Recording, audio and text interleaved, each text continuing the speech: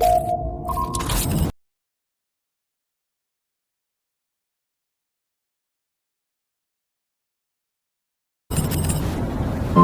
tiba di lokasi bangkai kapal Titanic. Kapal itu terletak 3 mil di kedalaman es di Samudra Atlantik Utara. Tim berkumpul untuk membahas misi mereka, yaitu melakukan serangkaian penyelaman ke dasar Titanic selama seminggu ke depan. Tidak ada yang menyelam ke dasar Titanic selama hampir 15 tahun lamanya. Victor selaku ketua pilot kapal selam dalam ekspedisi ini, perhatian utamanya adalah kemungkinan apa yang terjadi sejak Titanic terakhir kali ditemukan. Victor telah mengumpulkan para ahli terkemuka dunia untuk memastikan kesuksesan misi ini, termasuk spesialis Titanic Park Stephenson. Ahli ekologi mikroba Lori Johnston adalah anggota kunci tim lainnya. Dia bertanggung jawab untuk mengumpulkan data penting tentang kondisi bangkai kapal Titanic. Faktor pembatas dirancang khusus oleh tim untuk misi seperti ini. Saat Victor tidak mengemudikan kapal selam, Patrick Leahy akan melakukannya. Tim memasang kapal selam dengan kamera 4K beresolusi super tinggi guna mendapatkan hasil dokumentasi yang terbaik. Bangkai kapal Titanic telah berada di sana selama 107 tahun, sehingga secara inheren tidak stabil dan Titanic terbaring di atas arus yang berlari hingga 2 knot sekaligus. Menyelam di sekitar bangkai Titanic tentu saja memiliki serangkaian resiko dan kekhawatiran yang unik. Yang utama adalah keterikatan, di mana bangkai kapal dapat memiliki benda-benda seperti tali dan penghalang, dan hal seperti itu dapat membahayakan penyelaman. Keberhasilan penyelaman pertama sangat penting. Ini akan memungkinkan tim untuk merencanakan penyelaman tambahan. Jika gagal, maka ekspedisi bisa saja berakhir. Persiapan sudah selesai. Besok, tim akan mencobanya untuk menyelam ke dasar kapal yang paling terkenal dalam sejarah. Penyelaman pertama akan diluncurkan dalam waktu kurang dari 1 jam. Namun, kondisi tidak terlihat bagus di hari pertama, sehingga kru harus mengamankan peralatan. Peluncuran pertama dibatalkan. Jika saja cuaca buruk tidak segera berlalu, seluruh misi akan terancam.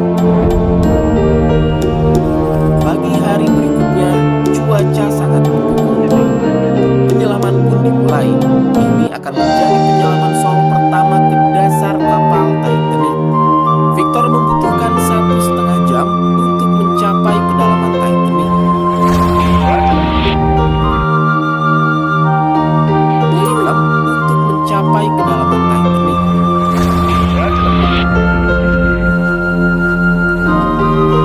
Saat kapal mulai menyelam, cahaya mulai memudar dan berubah menjadi hitam sampai hitam pekat. Tidak banyak yang bisa dilihat. Bangkai kapal itu hampir 3 mil di bawah tekanan air yang ekstrim. Kamera 4K jarang merekam film sedalam ini sebelumnya. Penyelaman berabad pertama dalam hampir 15 tahun sedang berlangsung menuju kapal paling terkenal di dunia, Titanic. Titanic adalah kapal termewah di dunia. Ia berlayar pada 10 April 1912 dari Southampton, Inggris menuju New York melintasi Samudra Atlantik. Lebih dari 2.000 penumpang dan awak berada di dalamnya. 4 hari dalam pelayaran perdananya, pada tanggal 15 April 1912, Titanic menabrak gunung es dan tenggelam. Sekitar 1.500 orang kehilangan nyawa. Tempat Titanic bersemayam sangat berbahaya. Arus yang kuat berputar di sekitar bangkai kapal, membuatnya sangat sulit bagi Victor untuk mencapai dan mendokumentasikan Titanic. Victor sampai di haluan Titanic. Ini ia memulai langkah awalnya, mendokumentasikan bangkai Titanic dan mengumpulkan data untuk menilai kondisinya. Victor mengemudikan kapal selam di sepanjang bagian luar kapal. Tirai korosi terlihat menyelimuti lubang por. Ketika Titanic pertama kali ditemukan pada tahun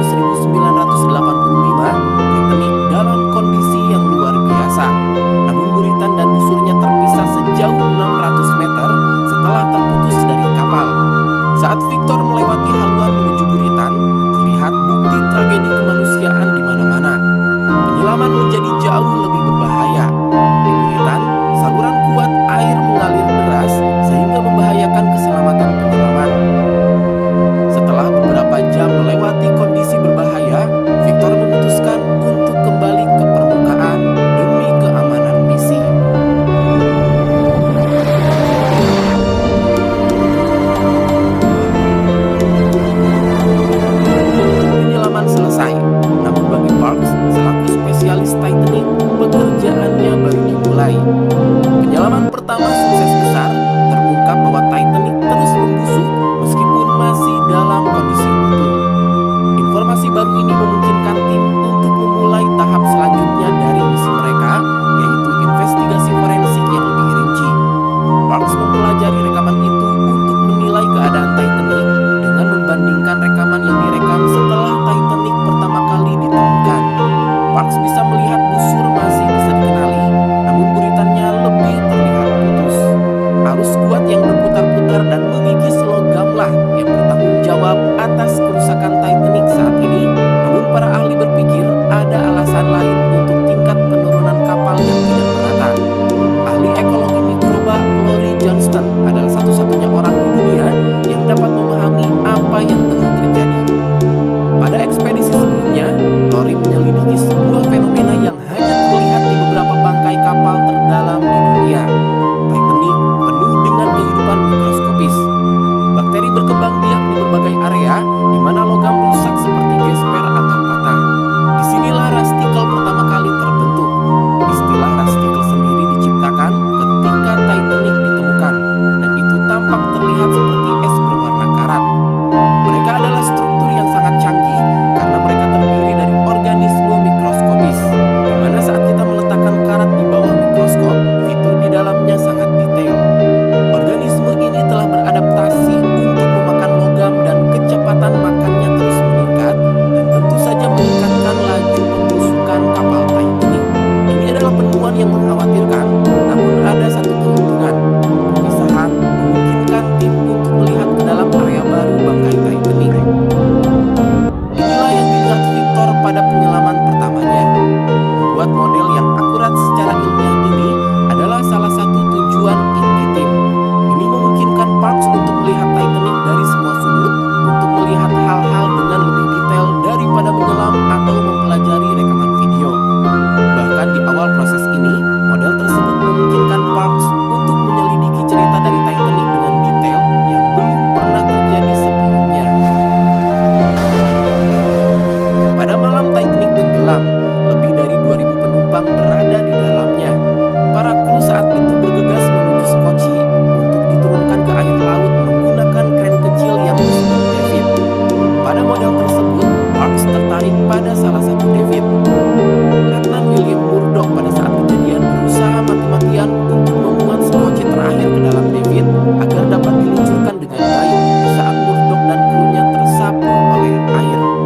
Fotogrametri telah memberikan bukti penting tentang posisi David, membuktikan bahwa Skocie ini tidak pernah diluncurkan. Hanya ada total 20 Skocie, dan itu artinya hanya cukup untuk menyelamatkan sekitar setengah penumpang saja. Ada kisah lain yang terkait dengan Titanic yang membuat Parks terpesona selama bertahun-tahun, yakni salah satu penumpang kapal yang paling terkenal bernama Benjamin Guggenheim. Dia salah satu pengusaha terkaya dan paling terkemuka di Amerika, yang hingga kini jasadnya tidak pernah ditemukan. Seperti inilah kamar Guggenheim, kamar paling mewah di kapal Titanic. Terletak di sisi pelabuhan di titik kehancuran, di mana kapal terbelah dua. Kamar Guggenheim robek dan jatuh ke dasar laut dan hingga kini belum ditemukan. Ini dengan menggunakan sup, Parks berharap untuk menemukannya. Tim sedang mempersiapkan kapal selam untuk penyelaman berikutnya guna menemukan sisa-sisa kabin Titanic yang paling mewah, di mana salah satu penumpang kapal yang paling terkenal, Benjamin Guggenheim, menghabiskan hari-hari terakhirnya. Sinbad adalah cicit dari Benjamin Guggenheim. Dia bergabung dengan ekspedisi untuk menemukan lebih banyak lagi tentang tempat terakhir kerabatnya yang bernasib malang. Ekspedisi sebelumnya mengungkapkan gambar yang menurut Park bisa jadi kamar Guggenheim yang hilang. Dia ingin menyelam ke bangkai kapal untuk menyelidiki lebih lanjut. Parks adalah salah satu sejarawan terkemuka dunia tentang Titanic. Dia adalah tipe orang yang dapat melihat puing-puing dan mengidentifikasi bagian sebuah kapal. Setiap bagian, posisinya, kondisinya menceritakan sebuah kisah. Parks juga ingin merekam rekaman resolusi tinggi dari beberapa fitur khusus di haluan untuk ditambahkan ke model foto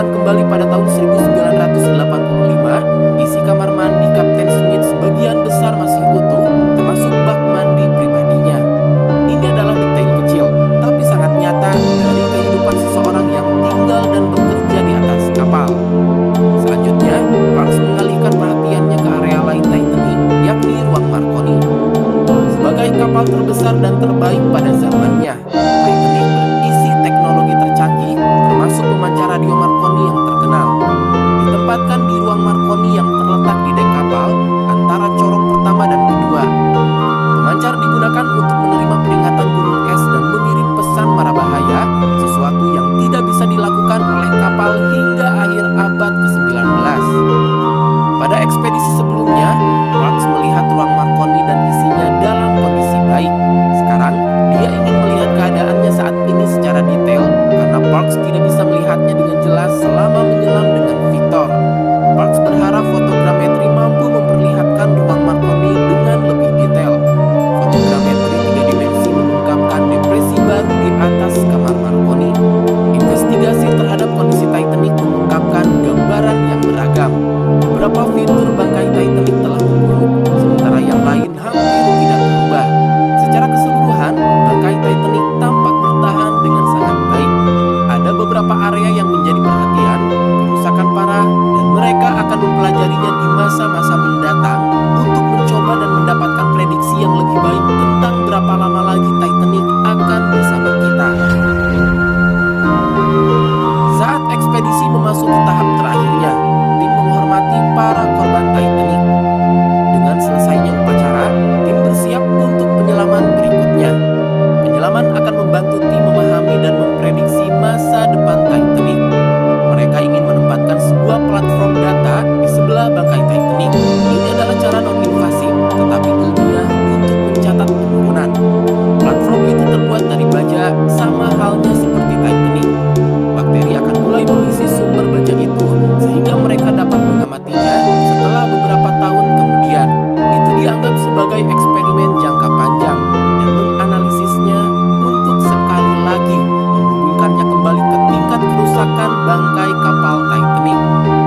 Dengan manipulator kapal selam akan digunakan untuk menempatkan platform baja itu di dasar laut, namun melakukan hal tersebut 3 mil di bawah laut dalam kegelapan